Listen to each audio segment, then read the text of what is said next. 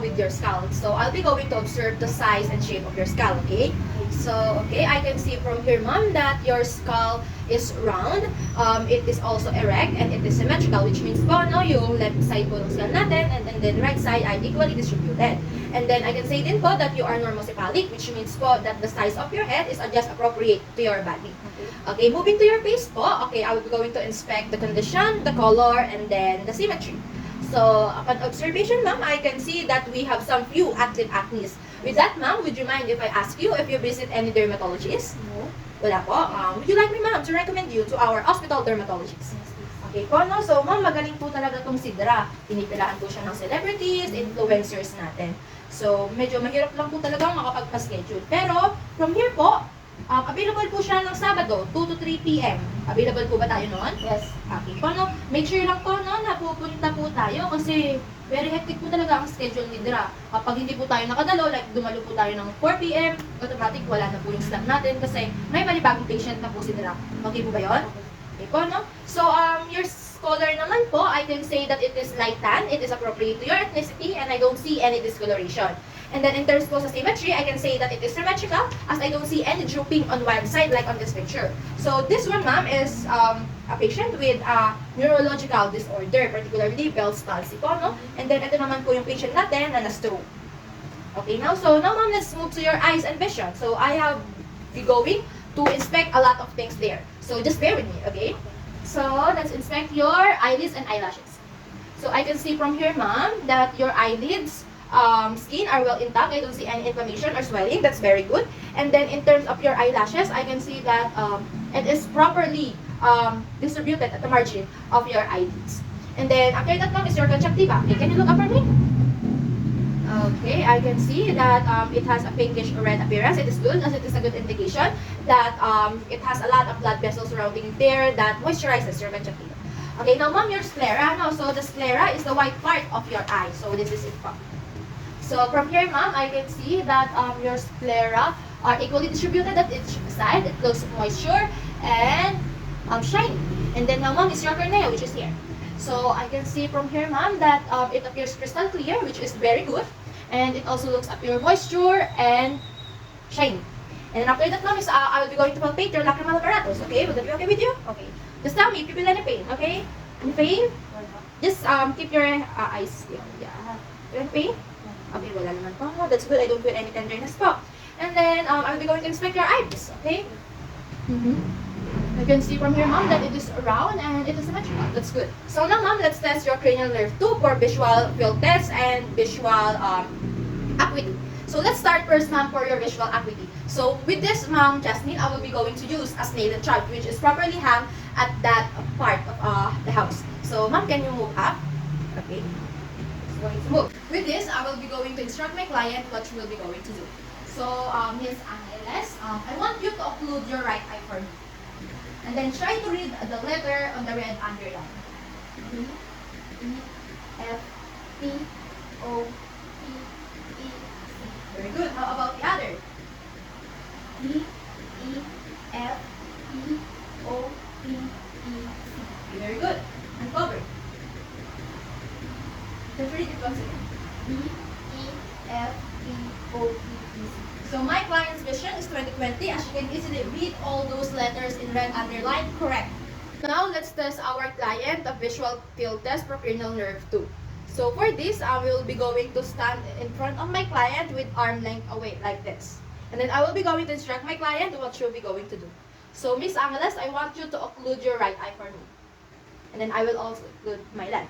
And then try to look at this eye. Okay? And then keep your head still. And then I want you to say how many numbers do you see while I am projecting my hands there. Okay? Okay, let's start. 4, 2, 1, 3. Okay, the other one. 2, 3, 2, 1, 0. Okay, that's very good. And then, so my client's cranial nerve 2 are well intact as you can easily perform those tests. So now we are going to test our client's corneal light reflex. So ma'am, you can sit down na po.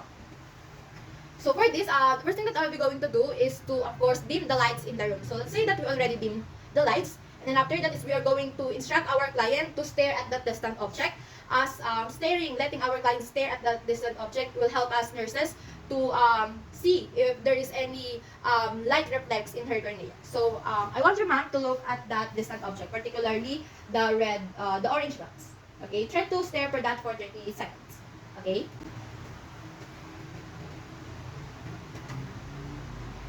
And then after that is I will be now going to shed light onto it to see if there is any reflection. Make sure to point at the pen light in the midline of her nose. So to see if there is symmetrical reflection from both eyes. Okay. Okay, nice. I can see from here that the reflection from the pen light are properly or symmetrical at each side. So now we are going to test our client 6 cardinal position gaze for cranial nerve 3, 4, and 6. So ma'am, can you stand up for me? And then for that is I will be going again to stand in front of my client with arm length away like this. And then after that is I will be going to instruct her what she'll be going to do. So for this ma'am, I want you to look at this pen while I am moving it at different directions. Okay? Just look at this pen while not moving your neck. Okay? So let's start. Okay, nice. Okay, once again.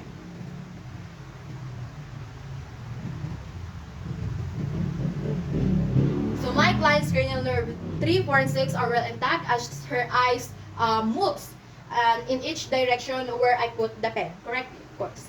And then after that is we are going to perform the cover and uncover test. For this, I will be going to use a small snail and shark to occlude my client's eyes. So this test is used to see if our client's eyes are aligned or not. So, okay ma'am? Okay. Can you move here? Okay, nice. Okay, very good. Okay. Okay, so my client's eyes are well aligned as her eyes, the right eyes did not move while I covered the left and then vice versa. And then after that is we are now going to test the pupils for cranial nerve 3, 4, and 6 for the size, reflexes, the direct and consensual, and then of course the accommodation. So let's start first with the size. So here I will be getting my pen light here that has a pupil gauge. Or we can also use our Snellen chart to compare it. Okay, ma'am, can you sit down for a while? Okay, let's see how is your pupil gauge. Okay. Okay, so your pupil gauge is 5 mm. Okay, so now let's test our clients for reflexes, the direct and consensual. So let's start first with the direct. Okay, ma'am? For this, again, I will be going to turn off the lights or dim the lights rather, and then I will be going to instruct my client once again to look at that distant object to see if there is any reflexes that will be going. So, with that, ma'am, again, try to look at that distant object, the red or the orange lights. Okay? Try to look at that for 30 seconds once again.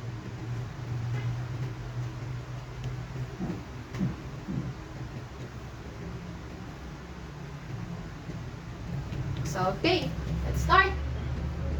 Okay. Okay, nice, briskly. Okay, the other. Okay, it's considered extended openly. Okay. Okay, very good. Okay, that's nice. Okay, so my client's pupils has a direct reflexes. As I can see that there is a constriction while I shed light onto it. And then after that is I will be going to test for the accommodation. So can you stand up for me, ma'am? So for this, I will be going again to stand in front of my client with arm length away, and then I will be going to instruct her what she'll be going to do. So with this, ma'am, I want you to keep your head still once again.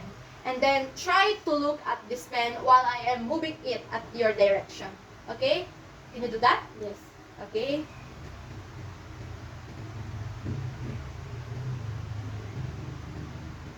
So my client's eyes accommodate very well. Okay, ma'am. So, now we are done with the eyes. So, now